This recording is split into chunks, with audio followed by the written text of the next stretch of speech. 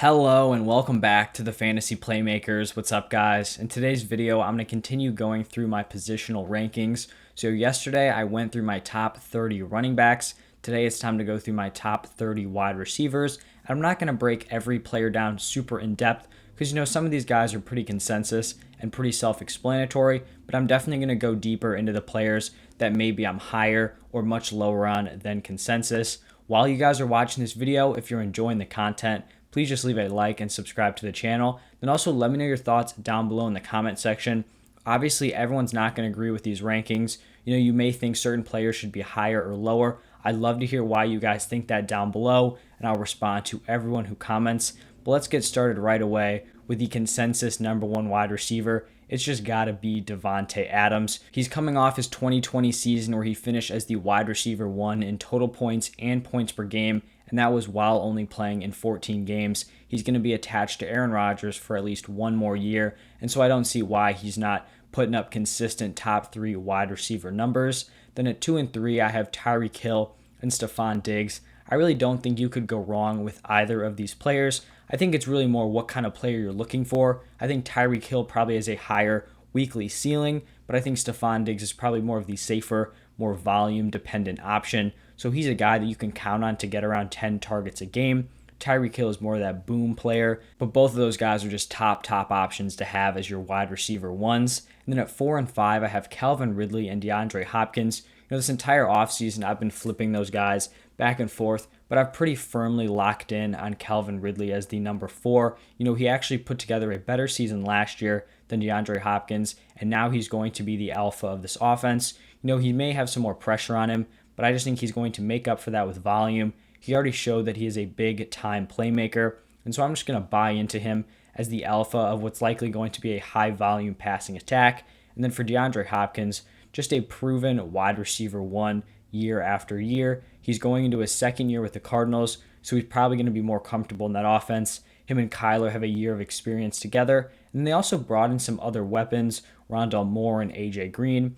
And I actually don't think this is a bad thing for DeAndre Hopkins because I think his role is set. If anything, I think those guys are just going to come in and take a little bit of pressure off of D-Hop. 6 through 7 in these rankings were super hard to differentiate, so I ended up going with Justin Jefferson at number 6, Keenan Allen at number 7, and then DK Metcalf at number 8. For Justin Jefferson, I think he already showed that he is a mid to high-end wide receiver one after his amazing rookie season, and I think he definitely could be in store for improvement in the 2021 season.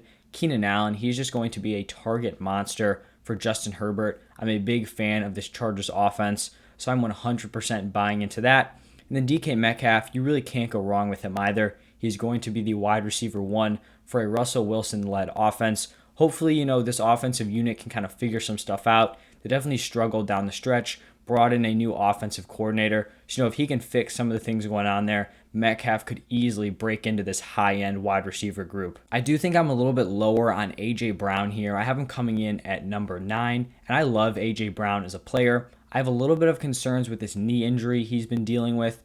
He dealt with knee problems last year. I thought it was going to be solid because it seemed like he got surgery on both knees this offseason. I thought he was going to be ready to go healthy, but he's already dealing with some more problems, so that's definitely not ideal. And the other thing is the Titans did go out and bring in Julio Jones. I think that kind of caps A.J. Brown's ceiling a little bit because he's a guy who's going to be a big-time playmaker, score a lot of touchdowns, but I just don't think that volume is going to be there because Julio Jones is coming in. He's a major upgrade over their wide receiver 2 last year in Corey Davis, so still a wide receiver 1 option, but I just like him slightly less than consensus. To round out the top 10, I have Allen Robinson coming in here. He is just the definition of consistency and safety. If he is on the field, he's going to be putting up low-end wide receiver 1 or high-end wide receiver 2 numbers. It doesn't matter who's playing quarterback. Allen Robinson is going to produce. Then at number 11, I have Amari Cooper. I still think he is the wide receiver 1 of this Cowboys team. I'm just not sure why everyone is just throwing CeeDee Lamb ahead of him. I don't think CeeDee's done anything to prove that Amari Cooper is going to lose that number 1 job. And with Dak Prescott back on the field, this Cowboys offense is going to be firing on all cylinders. So I really like him here as a low-end wide receiver 1. For me, these top 11 guys are pretty locked in. I feel so confident in all of them. But then when you're going from 12 to 21 in my rankings, I could really see a lot of arguments for guys being flipped around all over. I could honestly see Amari Cooper thrown in there because I do know I'm much higher on him than consensus. But for a lot of these wide receivers, they're going to end up finishing very close together. And you can 100% make arguments for basically all of these players being ranked higher. So I just want to kind of acknowledge that these aren't like 100% set in stone. And I do see the value in basically all of these players that are going to be in like the teens. So I'm going to start it off with Terry McLaurin here at number 12. I believe he's moved up either 1 or 2 slots from my last ranking. I just really like him as the wide receiver 1 for this Washington football team offense. I really think this is the year to break out, and you could make the argument like, oh, we just really haven't seen him produce as like a wide receiver 1 yet, and that's true, but I think I am just kind of projecting this production onto him because he's in the best situation of his career. It's his 3rd NFL season. He has Ryan Fitzpatrick coming in, which is easily the best quarterback he's played for, especially in terms of fantasy football. So I totally can see the ceiling with Terry McLaurin. And then I'm going with more of a floor play here at number 13 with Robert Woods. He is just such a safe wide receiver 2 option. He's finished as a wide receiver 2 in points per game the last 3 seasons. But honestly, this year, with Matthew Stafford coming in, I could honestly see a decent amount of ceiling for him just because him and Cooper Kupp are basically the 1A and 1B in that offense. I think they're both going to succeed. I just think Robert Woods is slightly less touchdown dependent, which is why I do have him over Kupp. I have Evans in between Woods and Kupp at number 14. I moved him down, I think it was 2 slots. And it's just because when I look at this Buccaneers offense, you have Mike Evans, you have Chris Godwin, and A.J. Brown. I think they're all going to feast, but I just don't know if I'd want to spend a premium price on Mike Evans just because I do feel very confident with the other 2 guys. I think when you look at his overall season production, he's probably going to finish, in this top 14 wide receiver range, but the issue is you just don't know if he's going to be the guy on a week-to-week basis. This isn't a team where Tom Brady's going to have to force feed the ball to Mike Evans. If defenses want to go out and lock him up, Tom Brady could very easily just say, all right, I'm going to be attacking Godwin. I'm going to be attacking AB this game. So when you look at a season-long basis, I definitely think he's going to finish up here. I just don't know if he's going to have that same weekly consistency with some of the other guys that are ranked around him. Like I mentioned, I have Kupp here at 15. He honestly probably has a higher ceiling than Robert Woods on this offense, but I do think he's a little bit more touchdown dependent. We saw that last year. He had a pretty down season, but it's just because he wasn't able to get into the end zone. Robert Woods isn't super reliable on that. He's very involved in the screen game, some jet sweeps, all of that stuff, but still feeling very good about Cooper Kupp. Then I have Julio Jones coming in here at number 16. I do believe I moved him down a few spots, and that was kind of tough to do. I do think it's just very difficult to project Julio Jones' 2021 season. I personally think he is still very talented. I think he is much closer to his prime than he is to being washed up. I think he's going to have a great season this year. The question is just how big of a role is he going to have in this Tennessee Titans offense? But he went from the Falcons offense, who was top tier in pass attempts per game, now to the Titans, who are towards the bottom of the NFL in pass attempts per game. And you have A.J. Brown there, who's going to get a lot of touchdown upside. So I think Julio Jones should be getting his volume, but can he add those touchdowns to that volume? That's the question. So it's definitely more of a risky pick just because we haven't seen him operate in this offense, but I could very easily see him finishing as a high-end wide receiver 2 or potentially even a wide receiver 1 if, the touchdowns kind of work out in his favor. Then I have CeeDee Lamb coming in here at number 17. I'm way lower on him than consensus. I've talked about this a ton. It's not because I dislike the player. I just think he's being way overhyped. He's being drafted as the wide receiver 9 on Underdog Fantasy Football. I just think that's absurd. He has one season in the NFL where he finished as the wide receiver 34 in points per game. I think he's going to have a very solid year. I think he's a good player. I just don't know if he has that same ceiling that everyone is projecting for him. I think he's going to be the wide receiver 2 behind Cooper, and he's much more of a slot guy. And it's very rare that we see players who operate primarily out of the slot finish as wide receiver 1s, especially finishing as high-end wide receiver 1s. So I would like to draft him as like a mid-tier wide receiver 2, but I just think I'm going to have 0 shares of him because there's no way he's going to fall this late. I had a really tough time differentiating these guys from 18 to 21. So at 18, I had Chris Godwin, 19, DJ Moore, 20, Deontay Johnson, and 21, T. Higgins. I ended up putting Chris Godwin ahead of these guys just because he's put together some back-to-back very solid seasons, and this offense is just going to be so good that I just have confidence that when we look back on this season, Chris Godwin is going to be finishing as like a mid to high-end wide receiver 2. I had DJ Moore one spot behind him. He's going to be the alpha on this offense, and I'm just not really concerned about Sam Darnold. Hopefully DJ Moore continues to progress as a player, but I also think, even if he doesn't take that huge jump, you're still drafting him pretty close to his floor. Then I ended up going with Deontay Johnson at 20. I'm a big Deontay Johnson fan. I just don't know who I would move him in front of. I do think he's going to get a lot of volume and is a great pick in PPR formats. And even here at number 20, I think is way ahead of consensus. I've seen him as like the wide receiver 24 or later, which I just think is crazy.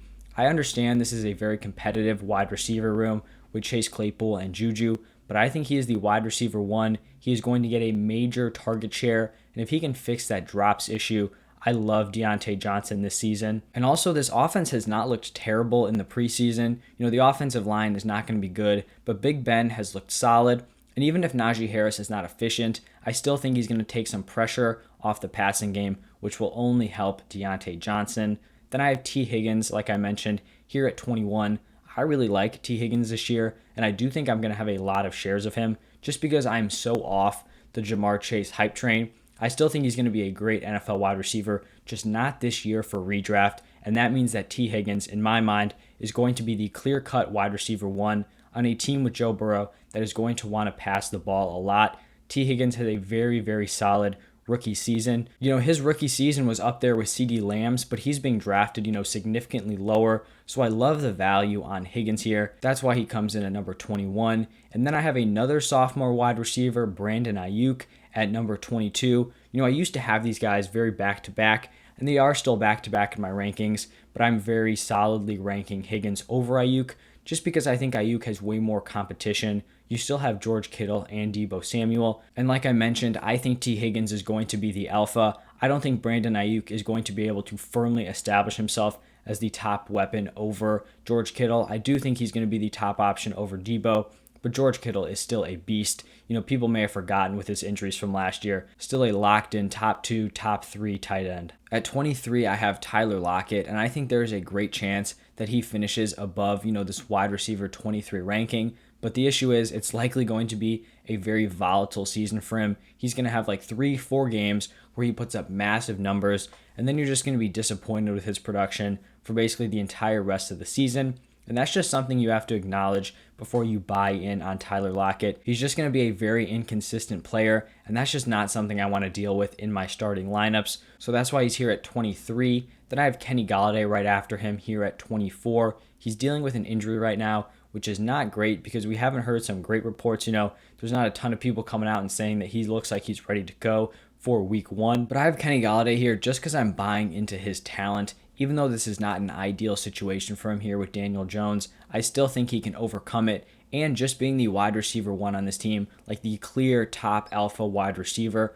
I think he's going to get enough work, even if it's not super efficient, that he'll be able to finish as a high-end wide receiver 3 or a low-end wide receiver 2. But there's also the chance that all this comes together and Kenny Golladay, really capitalizes on that high ceiling that he has. Next up at number 25, I have Adam Thielen, and he actually finished as a wide receiver 1 in points per game last season. I do not expect him to repeat that this year just because he scored 14 touchdowns when he hadn't scored double-digit touchdowns in any year before that.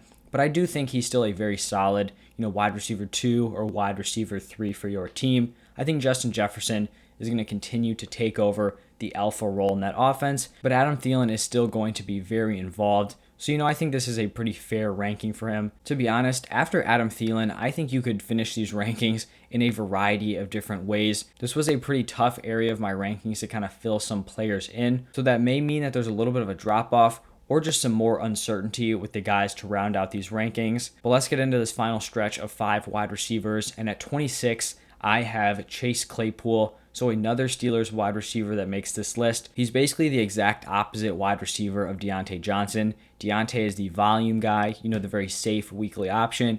Claypool is the big play guy, the touchdown upside. And so it really just depends on what kind of wide receiver you're looking for in this range. If you're looking for a safer option, you may want to go for a guy like Robbie Anderson, who I have later in my rankings. But Claypool is that guy who has a much higher ceiling. If everything comes together, Big Ben still plays well, he could have a monster sophomore season.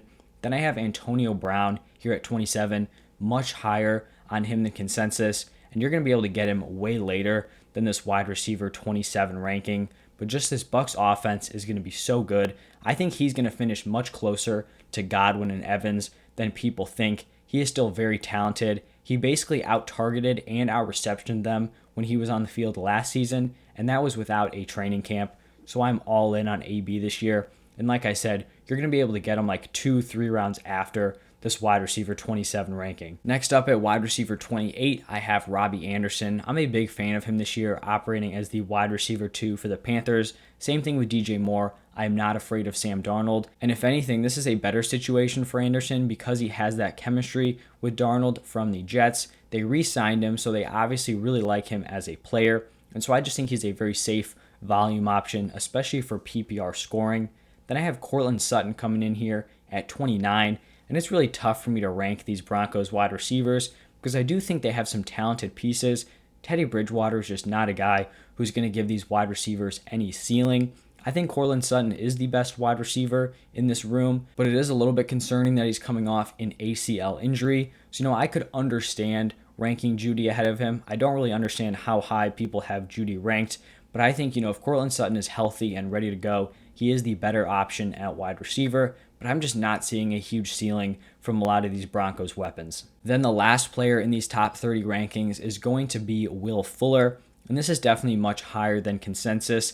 But when I'm getting into this range, I'm not trying to look for these safe options that I'm not going to feel comfortable throwing into my lineup on a week-to-week basis. I'd much rather take some shots on some high upside players, and that is exactly what Will Fuller is. His ceiling is crazy. We saw it last year, a wide receiver 1 in points per game when he was on the field. He is going to be suspended for week 1 of the season.